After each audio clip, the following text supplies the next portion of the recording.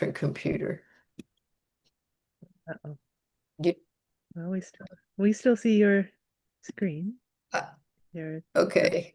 I don't see my screen. I'm really bad at technical things. I didn't know I was going to do this by myself.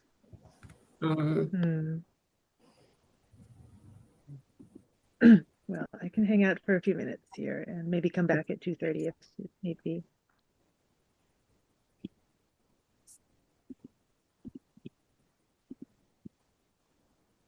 Here's me. I'll try this again.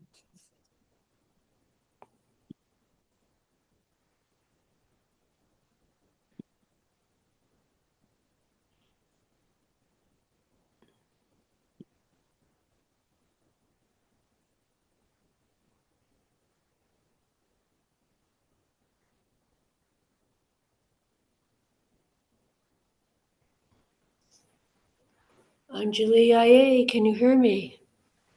Yes. All right, this is Dhammavara from Dhammadharini. My computer does not have a camera at the moment, but we are here listening to you. Oh, I great. can see you. All right. Can you see the sutta on the screen? It's disappeared off my screen and I can't bring it back. I have it up. It's up right on my screen. Okay. Can you share that? I don't think I can. I'm not well. host. That's right. That's right. Okay. Venerable Dhammavara, I could make you a co-host. This is Kachayana. Hello, greetings, Ayyā.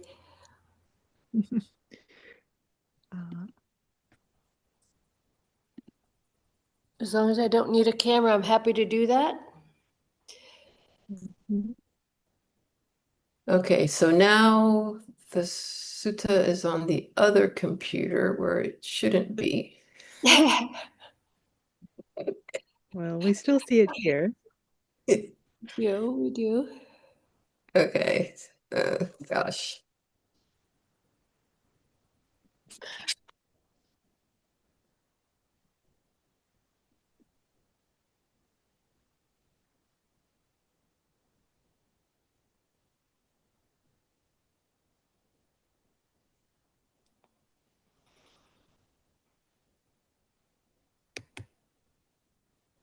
Bear with me, people. I'm not a tech-savvy person, but I'm going to switch computers because one wants to show the sutta and the other one doesn't.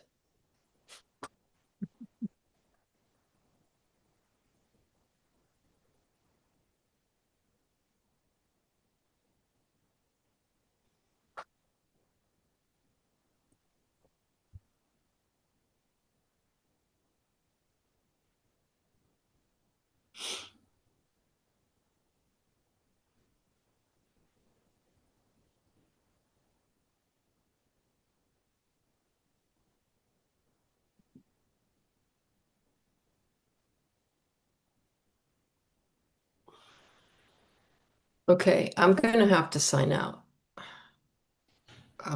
And I'll be right back. My computer's not cooperating. I don't even think I can sign.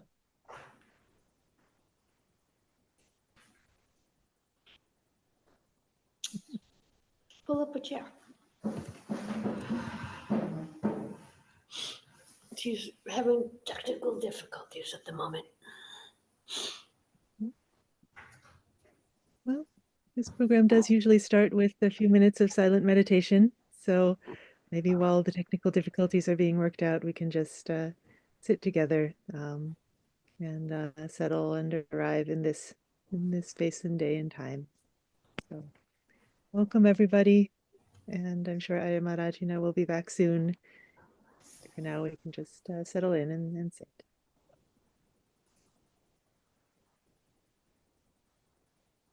Hello again. I've just invited them for some silent meditation, as normally starts the program. That would be great. Let's do 10 minutes of quiet sitting, settling down the mind.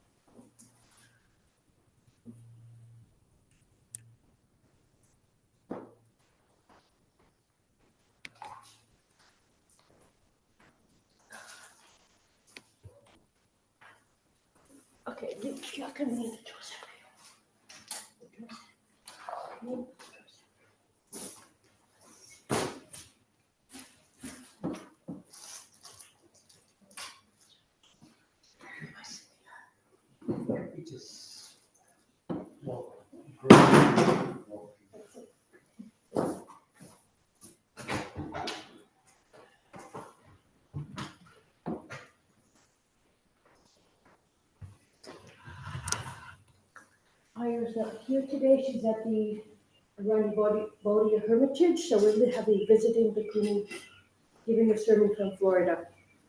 We're going to get some masks for.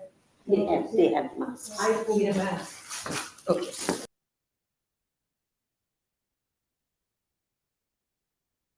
Oh, can everybody hear me? We had a few technical snafus at the beginning. I can hear you, Maya. Thank you. So I believe that we have conquered those technical issues. They have ceased, at least for now. And we're going to, well, first of all, let's pay homage to our teacher. Namo tassa bhagavato arahato samma sambuddhassa. Namo tassa bhagavato arahato samma sambuddhassa. Namo tassa bhagavato arahato samma sambuddhassa. Buddhang dhammang sanghang namasa. Welcome, everyone.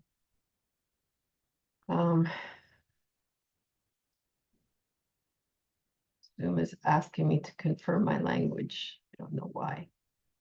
So today we're going to study the Dvayatānupassanā Sutta, Sutta Nipata 3.12. And as we say around here, contemplating pairs. This can be understood as a beginning teaching, even though it's a little bit more complex, but it's a beginning point into the Dhamma before one develops misunderstandings. It can be understood as a beginning Dhamma lesson taught to monastics. So it's a little bit more involved than the preliminary teachings that the Buddha used to speak at a general audience of Sila and Dana, for instance. So the Buddha was staying at the mansion offered to the Bhikkhu Sangha called Migara's mother's mansion. Migara, as you may know, was Visakha's father-in-law. He was a very wealthy man who she converted to the Buddhist Dhamma. His name was Migara, and so she was called spiritual mother, Migara Mata. So there in Savatthi on a full moon night, the Buddha was sitting in the open, surrounded by the Sangha of monks. He looked around on his disciples and saw the bhikkhus were silent. He saw they were, in Bhante Sujato's translation, so very silent. Tunghi bhutang, it's repeated. Tunghi, silent, bhuta, being, existing, becoming. So being silent, silent being, which didn't mean they were accomplished yet, only ready, as the Buddha saw for this teaching. The commentary of the Sutta Nipata mentions the Buddha saw there were this many stream-inners, this many Sakadagamis, or once returners, this many non-returners, and this many good worldlings, bhikkhus, monastics who had been practicing insight. So in this way, the sutta can be understood as a point of entry into the depth of dependent origination, and it's also a point leading to its complete elucidation. So now I'm going to attempt to share my screen, and this is where we ran into issues. And I don't see it.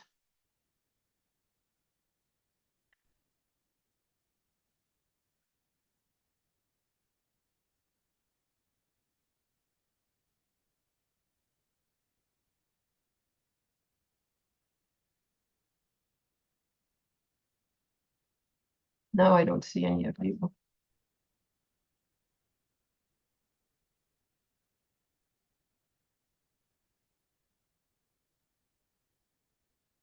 Okay, so do you see the sutta? Yes, I can see it. Thank you. So I have heard at one time the Buddha was staying near Savatthi in the stilt longhouse of Migara's mother in the Eastern monastery. Now at that time it was the Sabbath, the full moon on the 15th day, and the Buddha was sitting in the open surrounded with the Sangha. Then the Buddha looked on the Sangha mendicants who were so very silent. He addressed them. Suppose, mendicants, they questioned you thus. There are skillful teachings that are noble, emancipating, and leading to awakening. What is the real reason for listening to such teachings?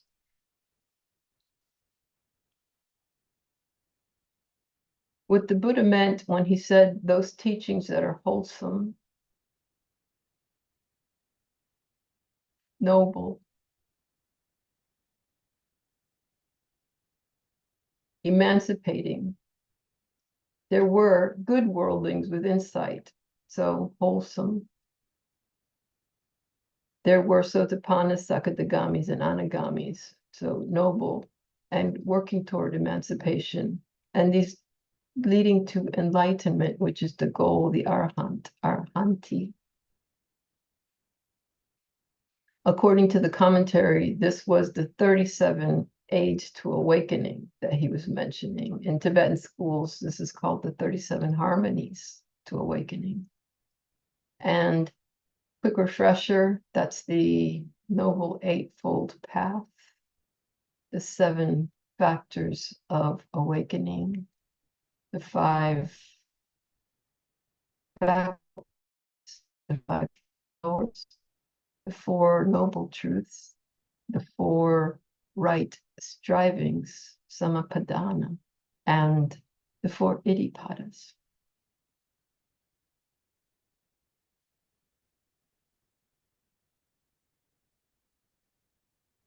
Only so as to truly know the pairs of teachings. And what pairs do they speak of?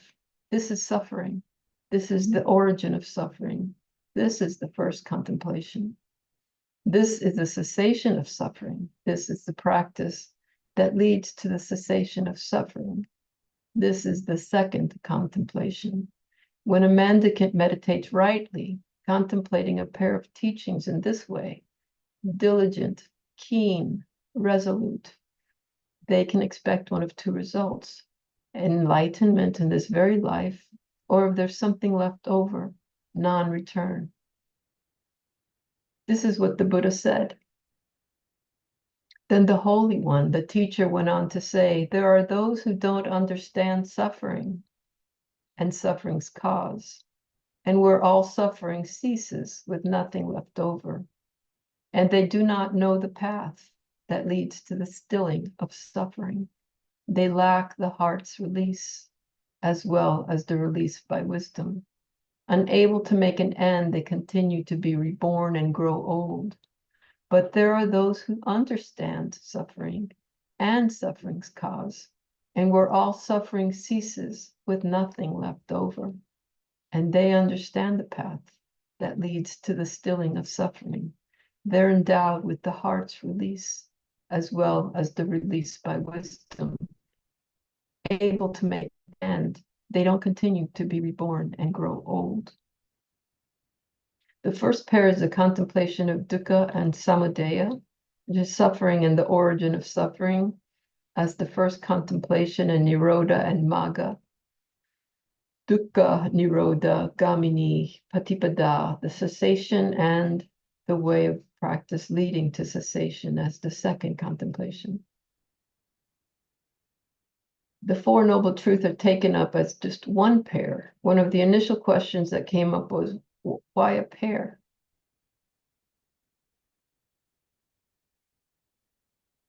What I understand here is that this is a method. The Buddha's teaching, his handful of leaves, was about the pair, suffering and its cessation, what it's to. He taught suffering and its cessation in many different ways. There are many different methods to guide one to understanding. This pairing is a method. He says, there is this, and he also says, when this ceases, and shows how it ceases, is through remainderless fading away and cessation. Here we can see this method may help some people who are predisposed to focusing narrowly and dwelling too much on one aspect from falling into despair or wrong view. Contemplating a pair immediately broadens the subject. For instance, the very first half of the contemplation, dukkha. The Dhamma has an undeserved and incorrect reputation for being pessimistic due to the first noble truth. But it's not just one truth, it's 4 truths. The first one tells us the predicament, the disease, yes, suffering. The second tells us its origin. The third tells us there's a cure or not. And spoiler, there's a cure.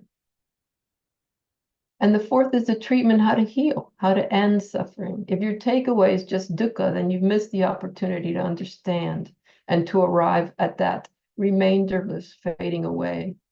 Here the Buddha begins a refrain which is repeated at the end of each dyad. When a monastic dwells thus correctly, contemplating a dyad, heedful, ardent, and resolute, one of 2 fruits is to be expected of them, either final knowledge in this very life, or if there's a residue remaining, the state of non-return. This is the power of this sutta. Each contemplation has the potential, when practiced correctly, to lead to full liberation or to lead to anagami. So just a warning here, heedful, ardent, and resolute. Resolute means not even caring for your life. You're that heedful, you're that ardent, that, like the Buddha said, let the blood dry up and the bones disperse, that he was not going to stop until he could attain what could be attained. So that's sort of resolute on a more, not a bodhisattva level, but on our level. So it does require persistence. Suppose, mendicants, they questioned you thus: could there be another way to contemplate the pairs? You should say there could. And how could there be? All the suffering that originates is caused by attachment. This is one contemplation. With the utter cessation of attachment, there is no origination of suffering. This is the second contemplation. When a mendicant meditates in this way, they can expect enlightenment or non-return. Then the teacher went on to say, attachment is the source of suffering in all its countless forms in the world. When an ignorant person builds up attachments, that dullard returns to suffering again and again.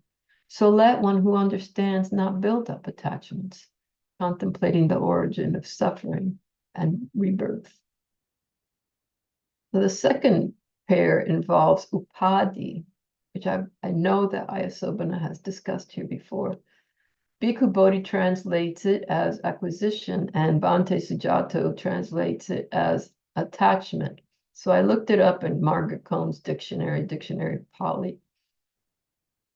And that entry has it as worldly possessions or belongings, including the body, attachment, and identification to them. Bhikkhu Bodhi writes in the introduction to his translation of the Sutta Nipata that this straddles the internal and the external. And this is not in the same sense of ajata bahita, which is the Buddha's terminology for internal and external in suttas such as the Anatalakkhana Sutta. This is Bhikkhu Bodhi just saying internal and external, like within and without.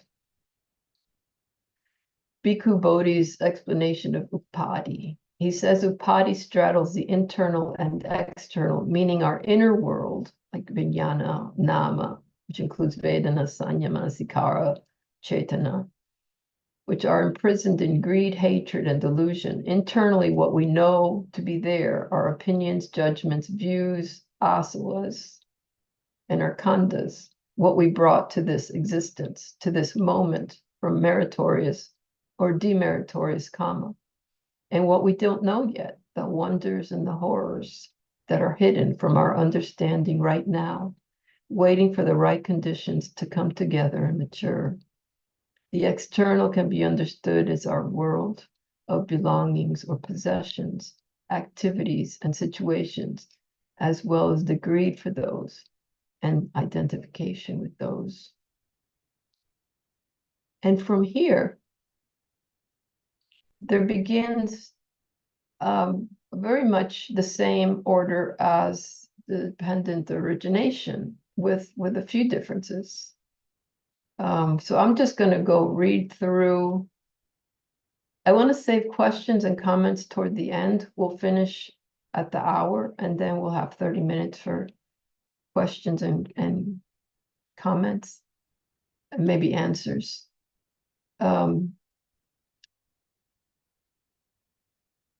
So here we go through, like, for dependent origination. Suppose, mendicants, they questioned you thus: could there be another way to contemplate the pairs? You say, there could. And how could there be? All the suffering that originates is caused by ignorance. This is one contemplation. With the utter cessation of ignorance, there is no origination of suffering. This is the second contemplation. When a mendicant meditates in this way, they can expect awakening, enlightenment, or non-return. Then the teacher went on to say, those who journey again and again, transmigrating through birth and death, they go from this state to another, that destination only to ignorance. For ignorance is the great delusion, because of which we have long transmigrated. Those beings who have arrived at knowledge do not proceed to a future life. Could there be another way? And how could there be? All the suffering that originates is caused by sankhara. I'm not going to use the translation of choices here. This is one contemplation. With the utter cessation of sankhara, there is no origination of suffering. This is the second contemplation. When a mendicant meditates in this way, they can expect awakening or non-return. So in this section, the Buddha is pairing what is suffering with the escape from what is suffering. The Buddha emphasizes parts of the dependent origination. And there's a curious sentence in the commentary. The compound is bhavagami kama sambhara, which Bhikkhu Bodhi translates as conditioned by the ignorance that underlies the accumulation of karma leading to existence. As he explains in his notes, this was conjectural because he wasn't able to clarify the syntactical relationship between the two major parts. So I tried it also, depending on Bhikkhu Bodhi's translation.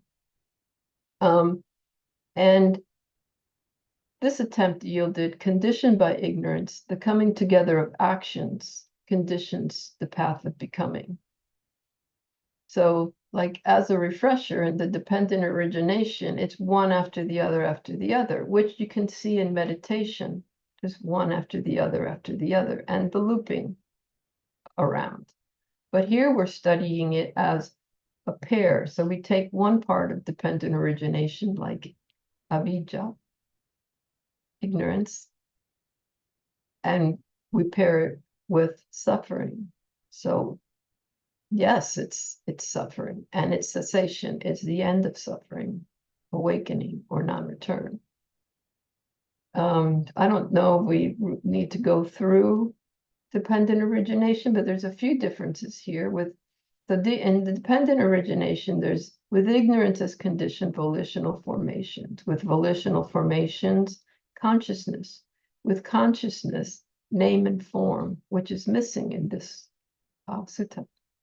With name and form, the Salayatana, the six sense bases, which is also missing.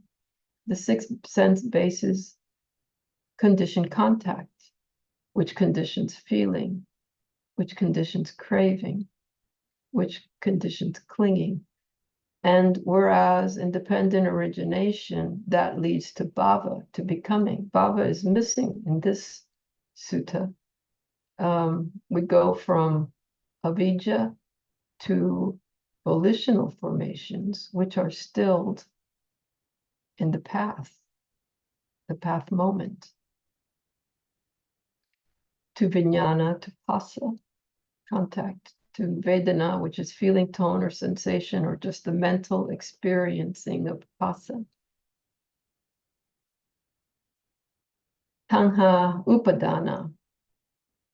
And then we shift to aramba,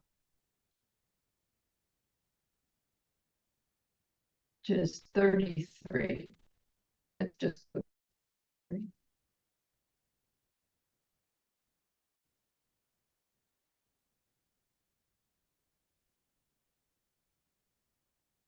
could there be another way? And how could there be? All the suffering that originates is caused by instigating activity. This is one contemplation. With the utter cessation of instigation, there's no origination of suffering. This is the second contemplation. When a mendicant meditates in this way, they can expect enlightenment or non-return. Then the teacher went on to say, all the suffering that originates is caused by instigating activity. With the cessation of instigation, there's no origination of suffering. Knowing this danger, that suffering is caused by instigating activity, having given up all instigation, one is freed with respect to instigation. For the mendicant with peaceful mind, who has cut off craving for continued existence, transmigration through births is finished. There will be no more future lives for them. So Bhikkhu Bodhi and Bhante Sujato agree on the translation of Aramba on instigation, which is the initiation of actions motivated by greed, hatred, or delusion. They're unskillful initiations of action. Remember, maybe as children, have you ever got scolded by an adult? You're like, they started it. So, this is Aramba. They started it. Starting something that's unskillful. So we give up Aramba. We utterly give it up.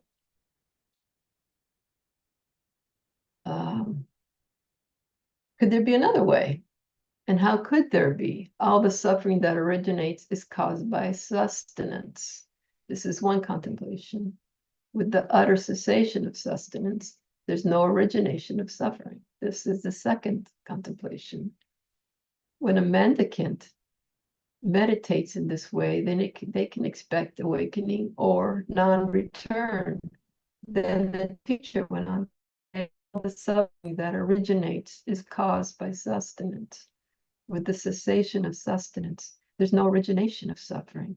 Knowing this danger that suffering is caused by sustenance, completely understanding all sustenance, one is independent of all sustenance, having rightly understood the state of health through the ending of defilements, using after reflection, firm in principle.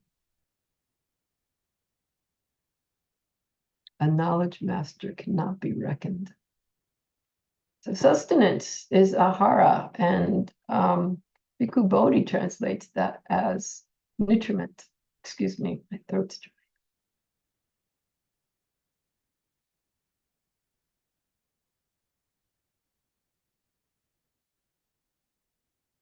Whatever suffering originates is all conditioned by one of four sustainers, which is the questions for the 7-year-old Arahant. What is one? All beings subsist on nutriment. So they're edible food, sensory impressions, volitional formations, which is sankhara, and consciousness. Volitional formations, they're especially challenging to some people because the mind develops these ruts. And perception immediately goes to that old rut, to that dead, gone past memory perception. And it's very difficult to get out of that cycle of a new perception, not going to the past. And we see this in like PTSD. We see this in OCD. In major depressive trauma, there's this stuckness in this case, volitional formations, which is feeding. It's a food. And it's just a very suffering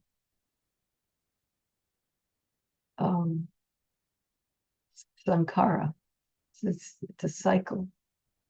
And it reminds me of, you've read that sutta of the little quail that's tethered to a rotting string, and at any moment that little quail can break free.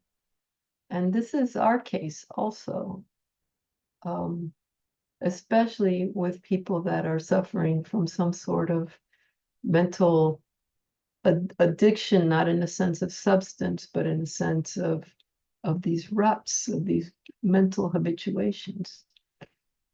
It comes a point where they may cease, but it's the wrong kind of cessation. It's not the cessation we're after. They give up. So the cessation we're after is like that little quail, just figuring it out. It's a rotten little creeper holding on and go. And this is how you train perception. So the next one is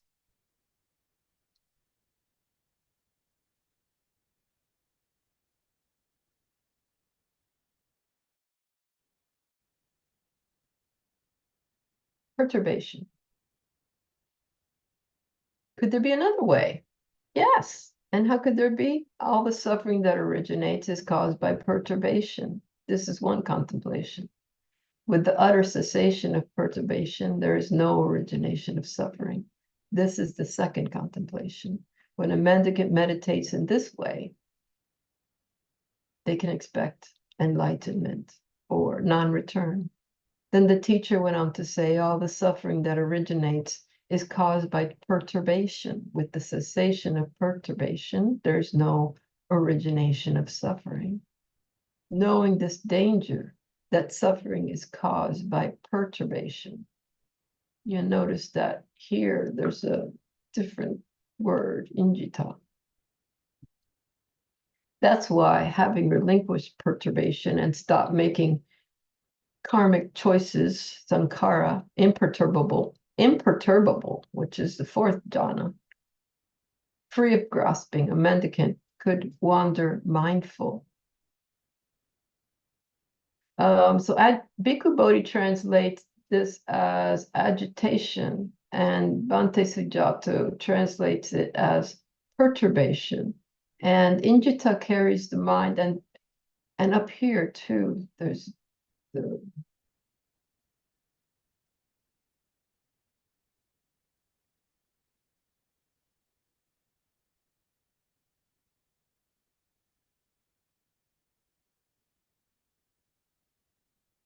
must have been in a separate. There's another word also that was used, cholita, I think, and it also carries the connotation of stirred up, of being stirred up. And some of these, this mentions here the imperturbable, and I think this, this brings to discussion that sometimes we don't really know what these mind states that we're reading about are, because we haven't experienced other mind states, other more ennobling mind states, like a jhana state. When you experience a jhana state, then even the first jhana, actually even upachara samadhi, the neighborhood concentration, then you know the difference. Then you know what we're going toward before one experiences a different mind state, then we're not sure, because the mind is used to being mired in greed and hatred and delusion. And maybe it's not that strong. Maybe greed is just, I think somebody said the other day, still wanting the last cookie on the tray. That's not like, robbing a bank greedy, but that's a subtle, and maybe the mind is more filled with these more subtle versions of greed or hatred. Maybe we're not mired in hateful thinking, but we're mired in frustration or sadness or irritations, and these are all aversive. These are all fall under the umbrella of aversion. So until we make that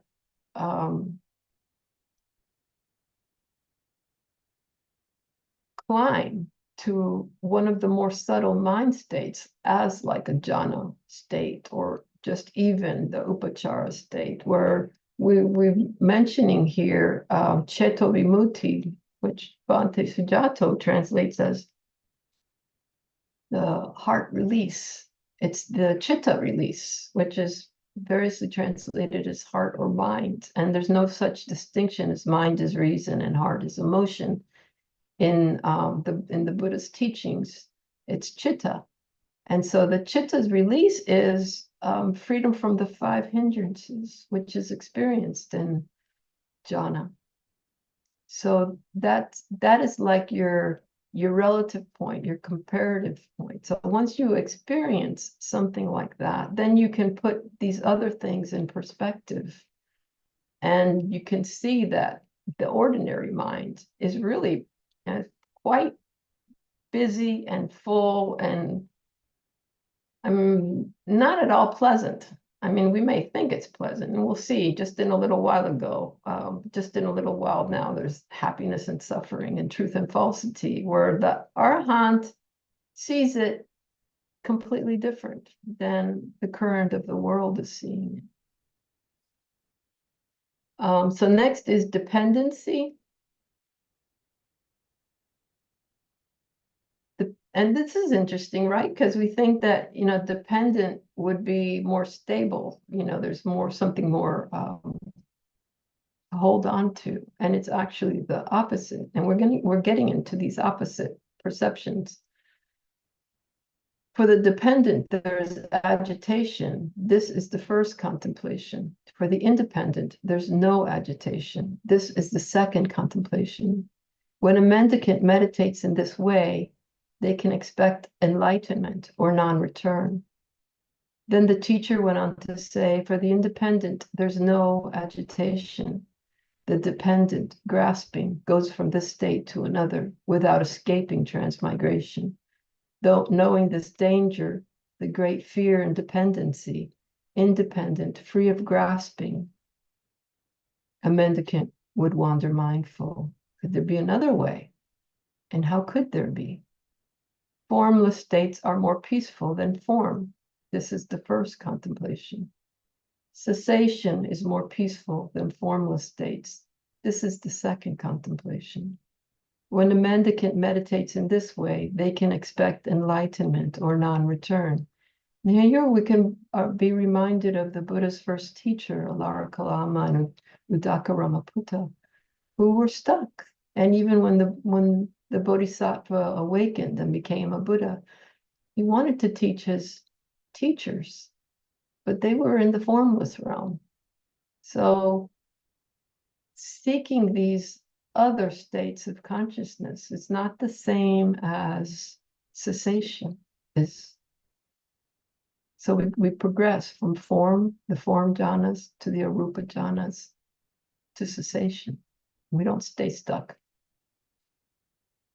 I guess maybe that's another reason for these bearing, is that there's a lot of danger, even in these days, of practitioners getting stuck in the jhanas. Then the teacher went on to say, there are beings in the realm of luminous form and others stuck in the formless. Not understanding cessation, they return in future lives. But the people who completely understand form, not stuck in the formless, released in cessation, they are conquerors of death. Could there be another way? How could there be? What this world with its gods, maras, and divinities, this population with its ascetics and Brahmins, its gods and humans, focuses on as true, the noble ones have clearly seen with right wisdom to actually be false. This is the first contemplation. What this world focuses on as false, the noble ones have clearly seen with right wisdom to be actually true. This is the second contemplation. When a mendicant meditates in this way, they can expect enlightenment or non-return. Then the teacher went on to say, see how the world with its gods imagines not self to be self, habituated to name and form, imagining this is truth. For whatever you imagine it is, it turns out to be something else. And that is what is false in it. For the ephemeral is deceptive by nature. Extinguishment has an undeceptive nature. The noble ones know it as truth. Having comprehended the truth, they are hungerless, quenched. Suppose mendicants, they questioned you thus, could there be another way to contemplate the pairs? You should say there could. And how could there be? What this world with its gods, maras, and divinities, this population with its ascetics and Brahmins, its gods and humans, focuses on as happiness, the noble ones have clearly seen with right wisdom to be actually suffering. This is the first contemplation. What this world focuses on as suffering, the noble ones have clearly seen with right wisdom to be actually happiness. This is the second contemplation. When the mendicant meditates rightly, contemplating a pair of teachings in this way, diligent, keen, and resolute, they can expect one of two results: enlightenment in this very life, or if there's something left over, non-return. That is what the Buddha said. Then the Holy One, the teacher, went on to say, sights, sounds, tastes, smells, touches, and ideas, the lot of them, they're likable, desirable, pleasurable, as long as you can say that they exist. For all the world with its gods, this is what they deem happiness, and where they cease is deemed as suffering. The noble ones have seen as happiness the ceasing of substantial reality. This insight by those who see contradicts the whole world. What others say is happiness, the noble ones say is suffering. What others say is suffering, the noble ones know as happiness. See, this teaching is hard to understand. It confuses the ignorant. There is darkness for the shrouded, blackness for those who don't see, but the good are open like light for those who see. Those close they do not understand, those fools inexpert in the teaching. They're mired in desire to be reborn, flowing along the streams of lives mired in Mara's domain. This teaching isn't easy for them to understand. Who apart from the noble ones is qualified to understand this state? Having rightly understood this state, the undefiled are fully extinguished. This is what the Buddha said. Satisfied, the mendicants approved what the Buddha said. And while this discourse was being spoken, the mind of 60 mendicants were freed from defilements by not grasping. Chittani vimucching suti. Chitta vimutti. They were free from the 5 hindrances. And that's when Anya vimutti can occur. So this is contemplation of pairs, and we can open it up to comments and questions and maybe answers also. And I don't see everybody. Let me see. Maybe I can stop sharing and see more people. Yes, Richard.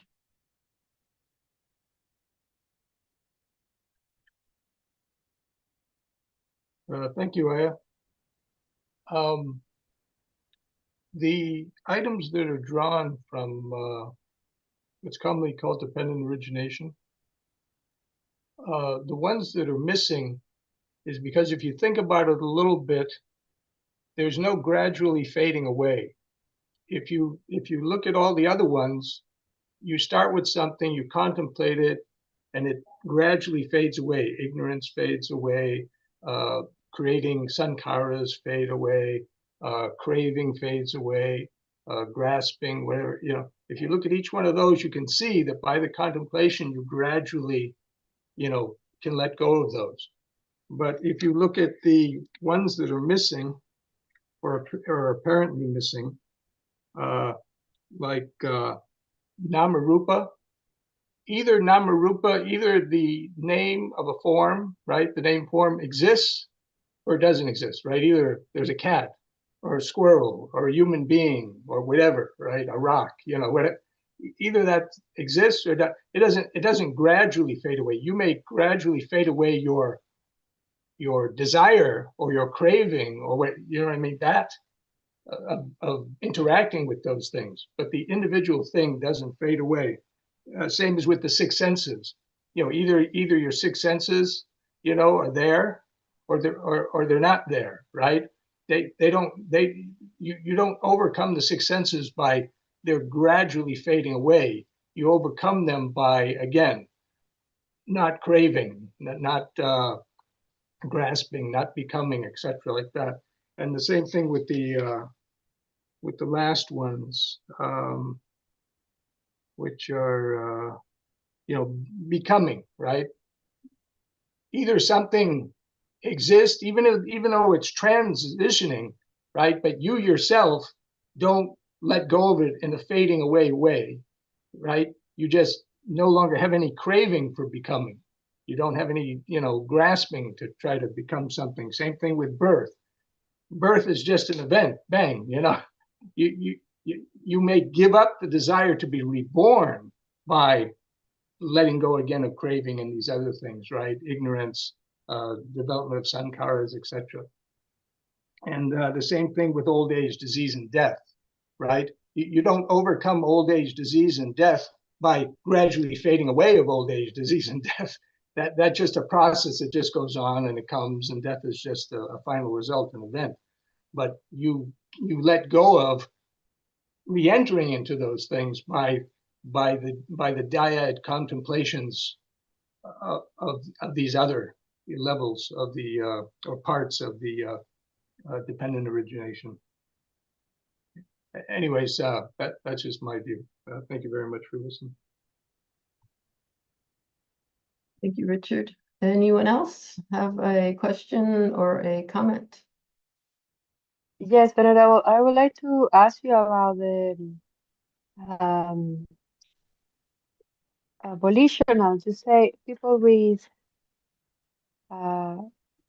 compulsions or PTSD are trapped in a cycle of volitional,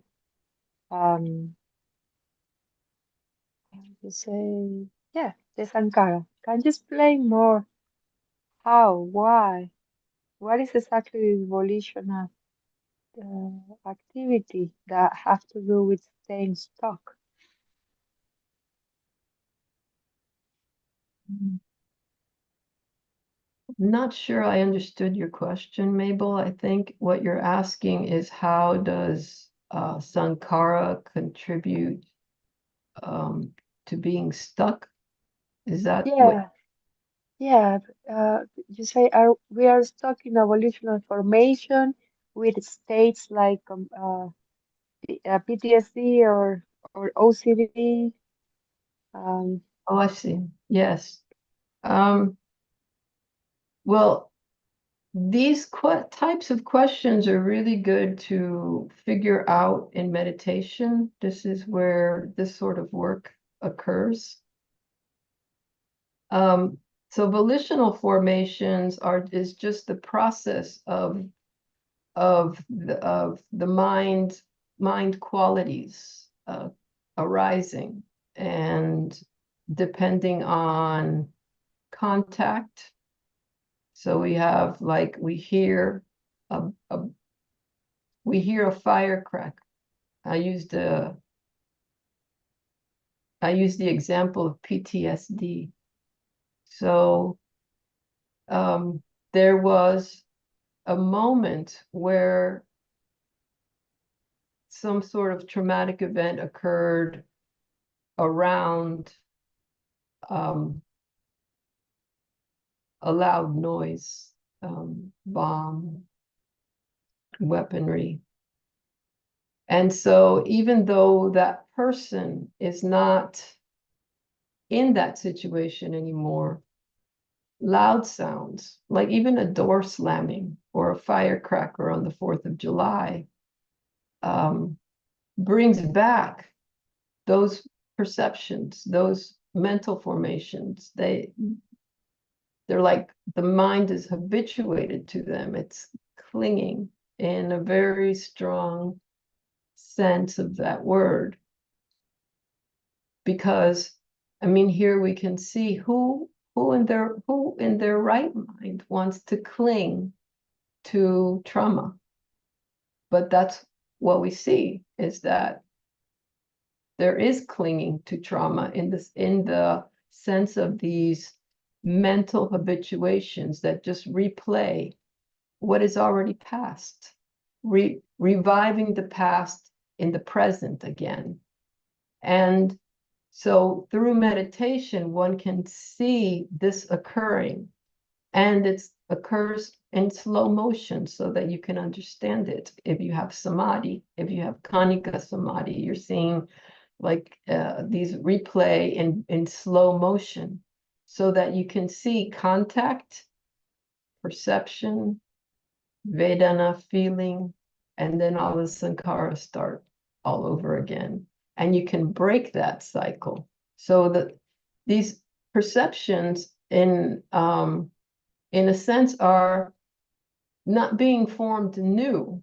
You're not perceiving fresh what's there. You are immediately, the mind is going back to something. And so that makes it possible to break that cycle there at, usually at feeling. Am I making sense to you? Yes, you're saying, Is this the question? yes, you're saying in meditation with samadhi, we can break the cycle because we see the process of coming in contact, feeling, perception, and then creating a whole reaction again and again. Yes, it's like that. Is meditation, one begins to understand this process. This is dependent origination, actually. It's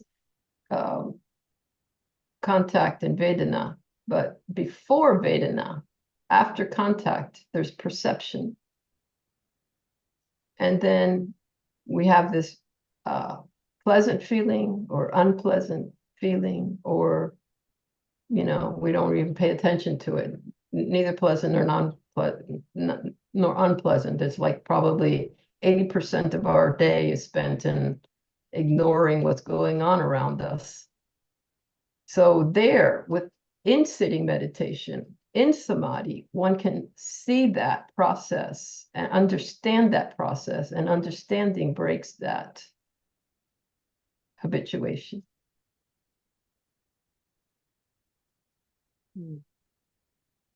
And you are calling sankhara habituation. When you say habituation, that's the sankhara. Yes? Habituation, yes, it can be. Can also be sanya. I'm just in a general way. Okay. Just the habit of the mind to go back to something that's already gone. And I mean, and that's very useful because, we learn these ways. We don't keep putting our hand on a hot stove. We learn that we get burned and it hurts. And so we don't do that anymore. So we see a stove, we see a hot plate, and we don't put our hand there. So that's also learning. But there's skillful and there's unskillful. And so what I was speaking of in that, when I was mentioning PTSD and OCD, these are habits that are unwholesome for us. They have no benefit for us whatsoever. They take us away from the path. Okay. I understood. Thank you. Thank you, Venerable. Nima? Thank you, Ayyā. Yeah, I wanted to chime in on that topic. With the volitional, what I know and I've learned is I refer to them as triggers, right? The mind has been conditioned, and it even shows up like on MRIs and PET scans where there's neural pathways that formed from trauma, the conditioning of the mind. And this really amazes me that the Buddha knew that way back when, and we now just barely understand it. So these neural pathways are created. So with cognitive behavior therapy is used, and that's the only one that can be scientifically measured through PET scans and so forth, is to see how the mind, when it's reconditioned to undo the trauma, it creates new neural pathways. And you could see the transformation and change. What I find fascinating is what existed as the trauma on these images now turn into like scar tissue, so that it no longer fires in that direction and it fires in the new one. So what I want to get to is that the practice of meditation, being able to see what the mind is doing, it's like we get an extra oomph to be able to do the work internally. And the practice supports us to be able to change how the mind behaves, because we're more aware compared to somebody who doesn't have the path or the practice. They really struggle to be able to just change how the mind thinks. It's not the same. We have extra support with the practice of meditation. And it's benefit for me, because very beneficial for me, because I had a lot of trauma growing up. And there's things that I look for now, and they're gone. I look for certain experiences or noises, gunshots, things that I was exposed to as a child, and I don't have the same reaction anymore. But I know it's the practice. So thank you for that. I do. Very good, Nima. I have that with cockroaches. I had paralyzing fear of cockroaches as a child. And little by little, I can say that they are my friends now. And other questions, comments, sharing?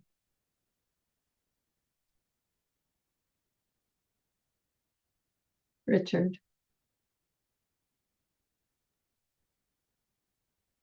Thank you, Ayyā. I'm not saying that it's not okay to look at dependent origination in this way of relieving ourselves of, I don't know what's the best way to describe it, phobias or reactions to traumatic events, etc. But when Buddha came to this system, he had already mastered all of the jhanas up to the fourth formless attainment. And what he realized was that even though he could go and abide in that attainment after this life, he hadn't figured out what was the driving influence, what caused him to end up here as a human being. And so he felt that he would eventually come back here again, which is, a lot of suffering. So that's why he starts with, okay, how did I get here in this condition of old age, disease, and death? And then he says birth, right? And, okay, birth, okay. And then where did birth come? And, becoming. And he keeps going backwards and backwards and backwards until he finds out that it's his own ignorance, or I prefer to say incomplete knowledge, that has brought him to this situation. And that's why he says that with attainment of nibbana,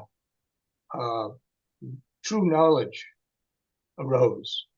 And so the real point of Paticca Samuppada is not to try to utilize the formula to relieve us of certain things that have happened to us in our past, but to free ourselves from ever having to go through anything like that ever again. And that's why he discovers cessation. And that's what this particular sutra keeps talking about.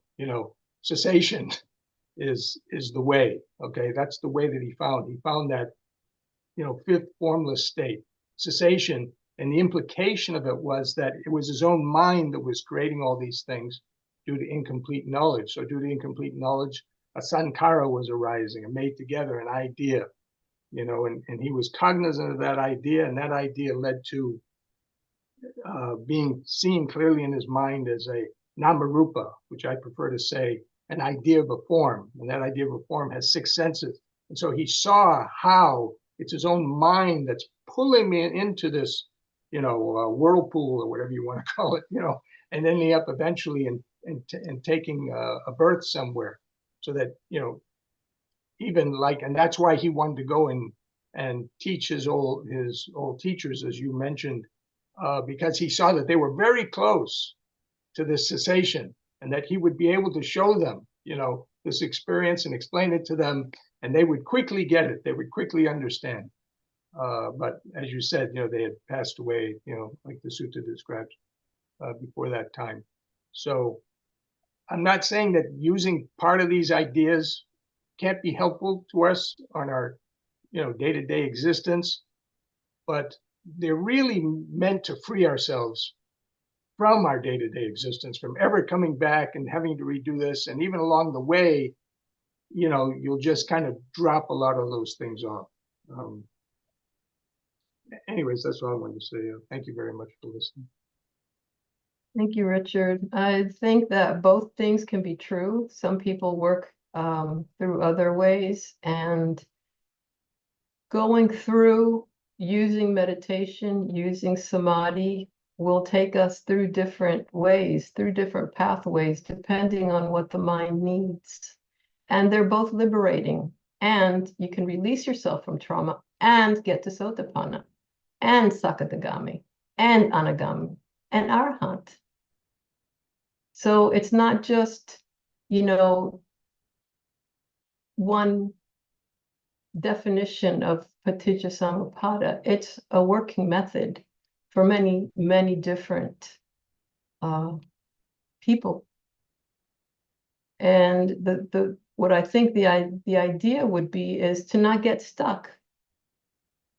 Don't get stuck in using samadhi for anything other than liberation.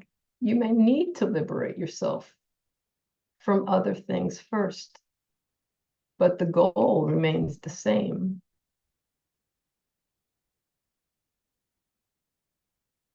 Yes? This is a very quiet group. I have another question. I have a Yes. question. So what you just said right now, everybody's different. So the practice, as far as the practice goes, the practice will suit whatever the need is of the mind. Is that what you're saying? Like, because everybody's going to be in different places or ways or whatever. But is that what you mean, that it adapts to us to get us where we got to go as long as we practice? I'm not clear on that. Well, there's this delusion of a person being in control. Mm-hmm. And so when we're working with sati, samasati, then there comes a point where you reach atapi sampajanya satima vinaya loke abhijja domanassa, which translates into ardent, clearly comprehending, mindful, having put aside grief and longing for the world. So at that point, that's not you. Mm-mm. So there's chitta, ceto vimutti, which, you know, is it's in the background of this entire sutta. The release of the mind, the release of the heart, the release of the 5 hindrances. So that's not you. So we can condition our day to be very good about sitting precisely at 7 o'clock in the evening. We have our little corner. We tell everybody, you know, everybody knows not to disturb us. This is our time. You know, we can set all these conditions into place. But until the mind reaches atapi sampajanya satima vinaya loke abhijja domanassa, you know, that's not meditating. You're still not samadhi. With samasati is like the proving ground of the entire Noble Eightfold Path. It's like there is where the sila has, you know, blossomed. There is where samavayamo has blossomed. There's where sat samadhi begins. So there's not a you going through all this and what do I need and, you know, how do I not get stuck? It's that you and throughout the sutta also it says, you know, practicing meditating correctly. So there's a correct way to go about this. And in that process, if you have trauma, if you have all these things, and I'm not saying, you know, throw away your pills and stop going to your therapist, right? Don't do that, people. Don't do that. I'm saying that through this process, this is all healing. And the mind is learning, as you said, in the MRIs and the PET scans and things like that, the mind finds, and it's the mind. You have set those conditions. You have made that effort. But then that's no longer you. That makes it more exciting. That makes it more that it's not me. It's just setting the conditions and the mind will do the rest. Just, you know, don't even worry about it. Yeah, that was a good explanation. Thank you though for the clarity. Keep practicing. Okay.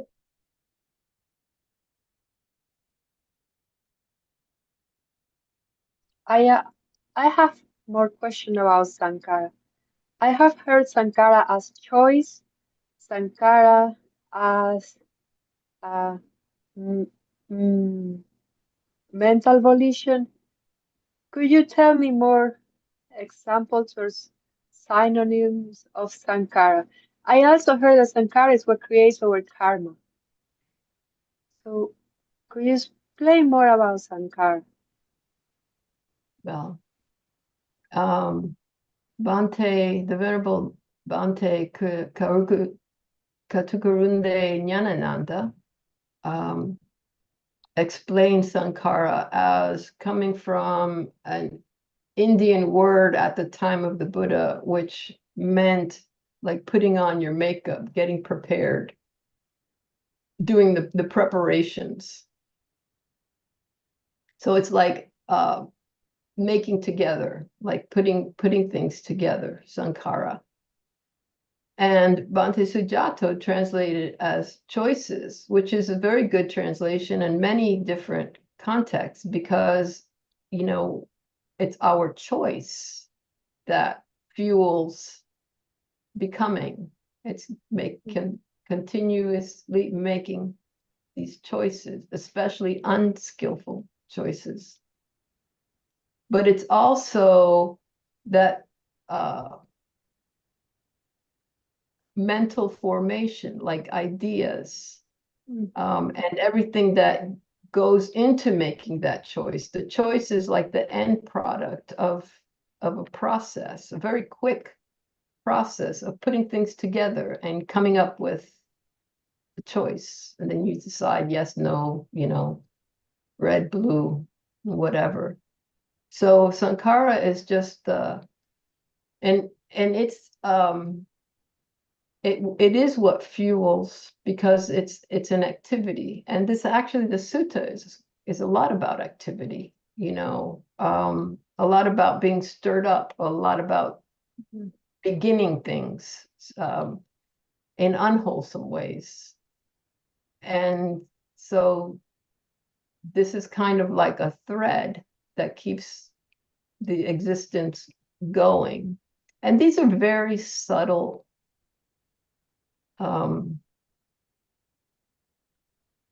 processes.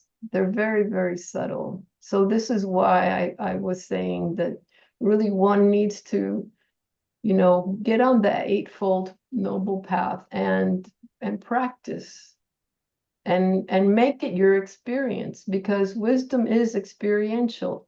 The Citta Vimutti is very nice. We don't have all this blah, blah, blah, blah, blah going on up here all the time. And we know how nice it is. And so that, that leads our work into cessation, which in the stillness of cessation, which is, path moment, where all of the sankharas stop. But it's in that, it's not like you take this concept and you weed it out and you look at it under a microscope and you make sure you have every possible definition from 2,500 years of study. What you do is you take it as part of the entire Noble Eightfold Path. You take it as part of your practice, and then forget about sankhara. Don't worry about it. Get your meditation cushion, or if you don't have the mental stillness to meditate right now, then try to pay attention when you're doing whatever, washing dishes, sweeping the floor, walking. Sharpen your attention so that, and pay attention to what you're doing. Pay attention to how you're working, what you're doing, your movements, your thoughts. And then you can sit down and meditate, and then you can see these things, because this is part of that whole path of understanding. These things will just fall away, but they don't just fall away. They fall away because there's an aha moment, that you understand.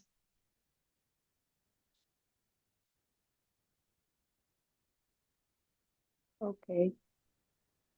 I will try. Thank you.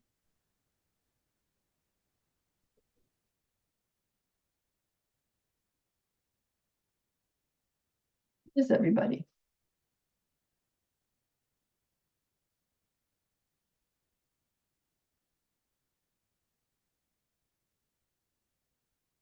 We have about 12 minutes left.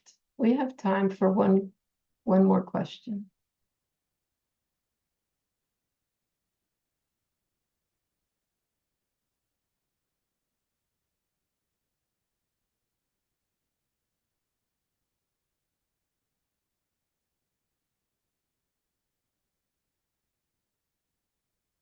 Okay, so everyone is understanding, which is sadhu, sadhu, sadhu.